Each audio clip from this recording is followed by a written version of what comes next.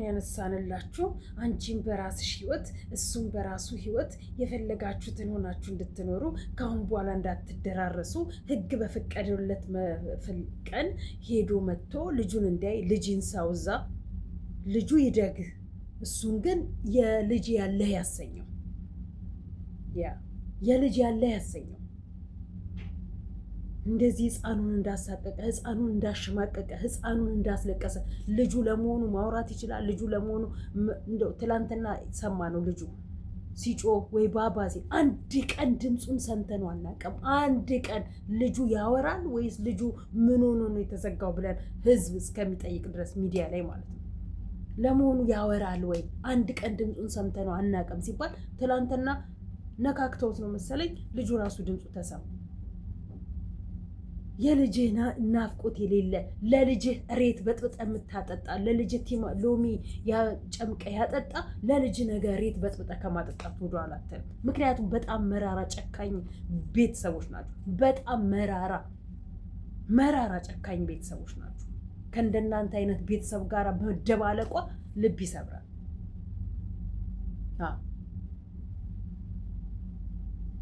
እስቲ እሱን ያዡ።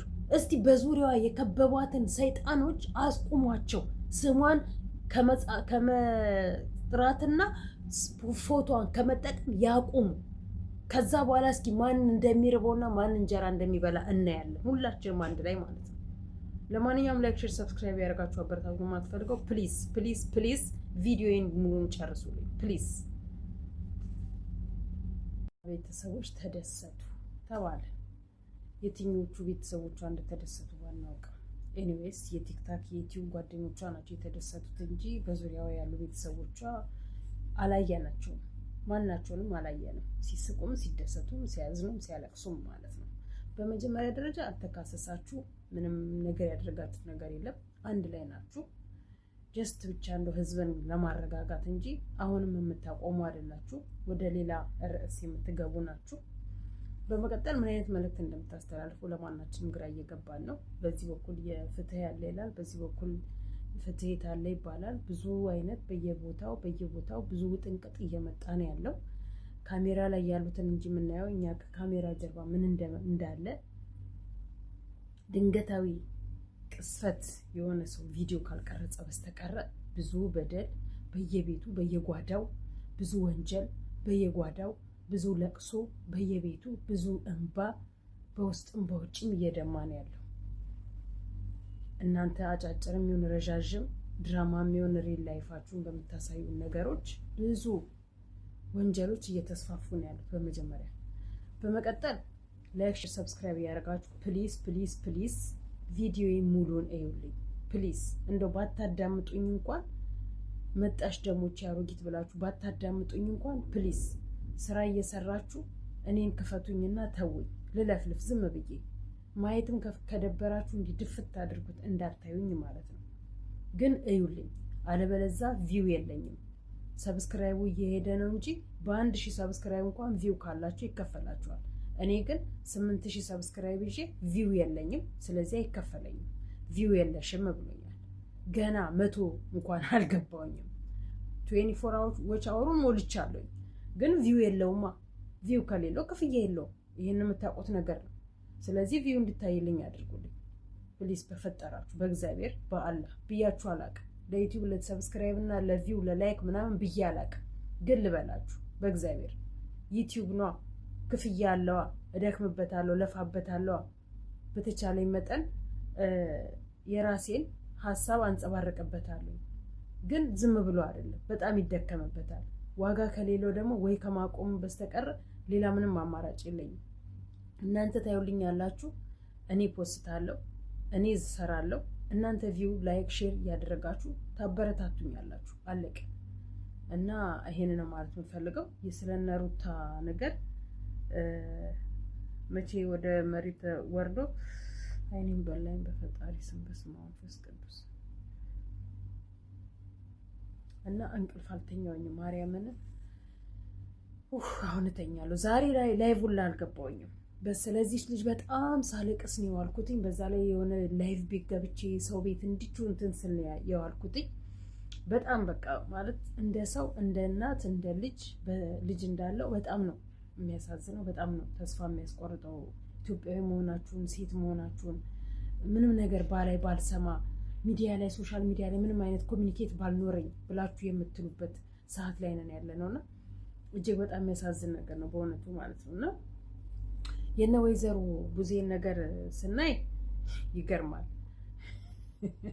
ምን እንደሚሉን ሁላ ግራ ነው የገባን እውነት ለመናገር ማለት ነው። ወይዘሮ ቡዝዬ ምን አለች? ሩታ ከልጅሽ ማልፈልጓ ስትለይ ማልፈልጓ ሴት እኔ ነኝ። ተረዳሽም አልተረዳሽም እና ምን ትረዳሽ አይደል? ወስነሽና ፈቅደሽ እሷ እስር ቤት እንድትገባ ካደረግሽ በኋላ ካስተካከልሽ በኋላ ብድ ብለሽ ከመጣሽ በኋላ ለምሳሌ ሚዲያ ላይ መጥተሽ እኔ የመጀመሪያዋ አንቺ ልጅሽን ትተሽ እስር ቤት ላይ የምትገቢዋ እንድትገቢ ማልፈልጓ ሴት ነኝ አልሽ። የህዝብ ጫጫታ የህዝብ ጩኸት ነው ሊያስቆምሽ የቻለው። እንዳንቺ ሙረግረግማ እንዳንቺ ምንትም ብድማ እንዳንቺ አለሁ ባይነትማ እንኳን ለሷ አይደለም ይቅርና ለእናትሽ ልጅ የምትራሪ ሴት አይደለሽም። ለእናትሽ ልጅ ምክንያቱም በጣም ናላችሁ ተበጥጧል። ገንዘቢውን እያሳበዳችሁ ያሉት የምታመልኩት አምላኪውን እያሳበዳችሁ ያሉት የምትሰሩት ግፊውን እያሳበዳችሁ ያሉት የምታስለቅሱት ብዙዎችን የምታስገድሉት ብዙዎችን የምታስነቡት ብዙዎችን ገንዘብ የምትበሉት ይሆን እያሳበዳችሁ ያለው መከራ አስገብቷችኋል። በዛም ሆነ በዚህ ማለት ነው። ዴቭም ቢሆን በጣም ሲውረገረጋ ይችዋሉ። በጣም ማለት ነው ያለ የሌለውን ሀሳብ ይዞ ሲያመነጫ ይችዋሉ። የእናንተ መውረግረግ ለማናቸው ምንም ፈይዶ አያውቅም። ለማናቸው ወንጀል በወንጀል ላይ ወንጀል እየሰራችሁ ብዙዎችን እንትን ከማለት ውጪ ምንም የምታደርጉት ነገር የለም። የማንንም እንባ ስታብሱ፣ የማንንም ለቅሶ ስታለቅሱ፣ የማንንም ሀዘን ስታዝኑ አይተናችሁ አናውቅም። በብዙዎች እንባ ላይ የምትዘባበቱ፣ በብዙዎች ሀዘን ላይ የምታላግጡ ነው ብዙ ጊዜ የምናያችሁ። ስለምንም ነገር የምትሰሩት ነገር ኑሯችሁ አይደለም። ምንም ነገር ማለት ነው። አንቺ ይሄንን ዛሬ ሽማግሌ ገብቶ በመሃላችን አስታረቀን፣ ዛሬ ሽማግሌ ገብቶ በመሃላችን አስማማን፣ ዛሬ ሽማግሌ ገብቶ በመሃላችን ሁለተኛ ተዋልዳችኋል፣ ዘመድ ናችሁ፣ ተጋብታችኋል፣ ብዙ ነገር አይታችኋል፣ እንዴት በቤተሰብ መሀል ይሄ ይፈጠራል ብለው ሽማግሌዎች ገብተው አስማሙን ብላችሁ ብትሉ ይሄ ሁሉ ትላንትና ነበረ። ትላንትናም አልፏል።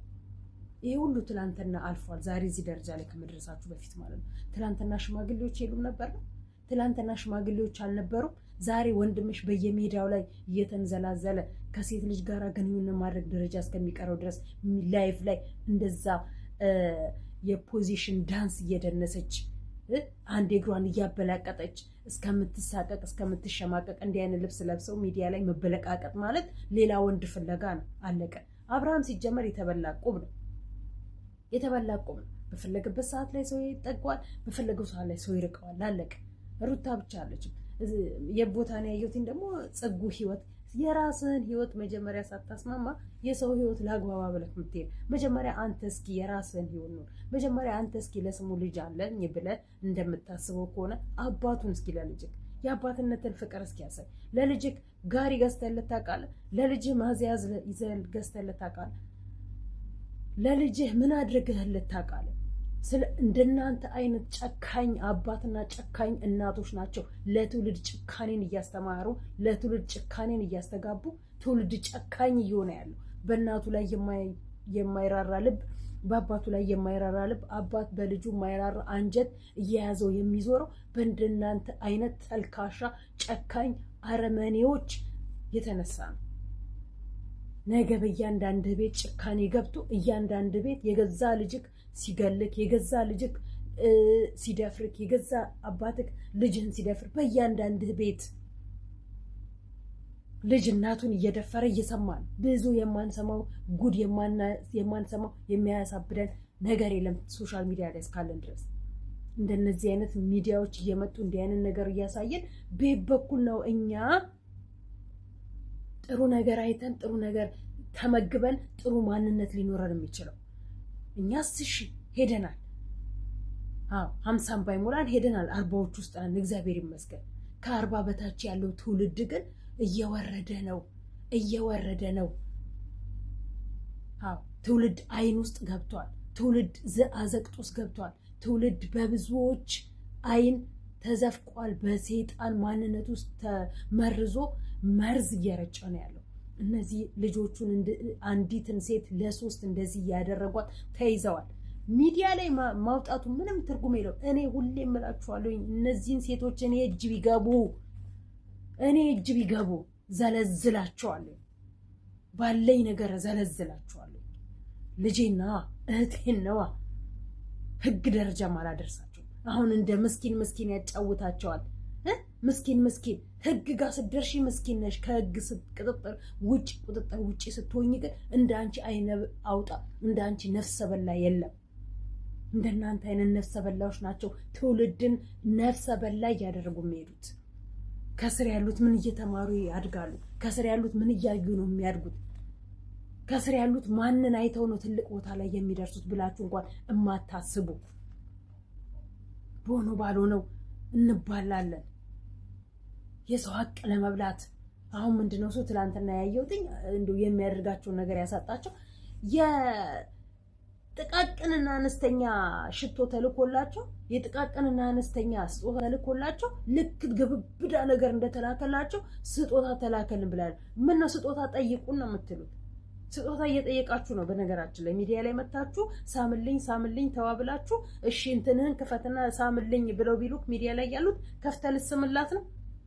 አድርግልኝ ፊት ለፊቴ ደስ ይለኛል ስትሳሳሙ ስትላላሱ ብለው የሚሏችሁ ተከታይ እኮ ነው ያላችሁ እናንተ። እንዲህ አይነት ተከታይ እኮ ነው ያፈራችሁት።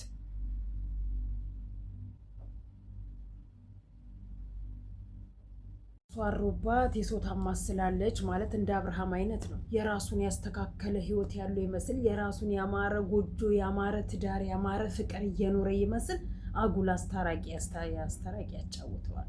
መጀመሪያ የራስን ህይወት ኖር። መጀመሪያ ራስ የልጅህን እናት በዙሪያዋ የከበባትን አጋንንቶች በዙሪያዋ የከበባቱን ረሃብተኞች በዙሪያዋ የከበቧትን ችግረኞች በዙሪያዋ የከበቧትን ሊውጧት የደረሱትን ዘንዶች አስቆም።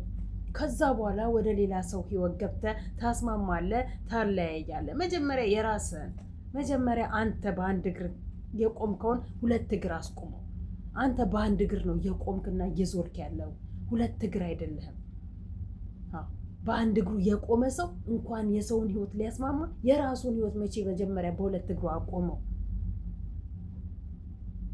መጀመሪያ አንተ እስኪ ለራስህ ቆም።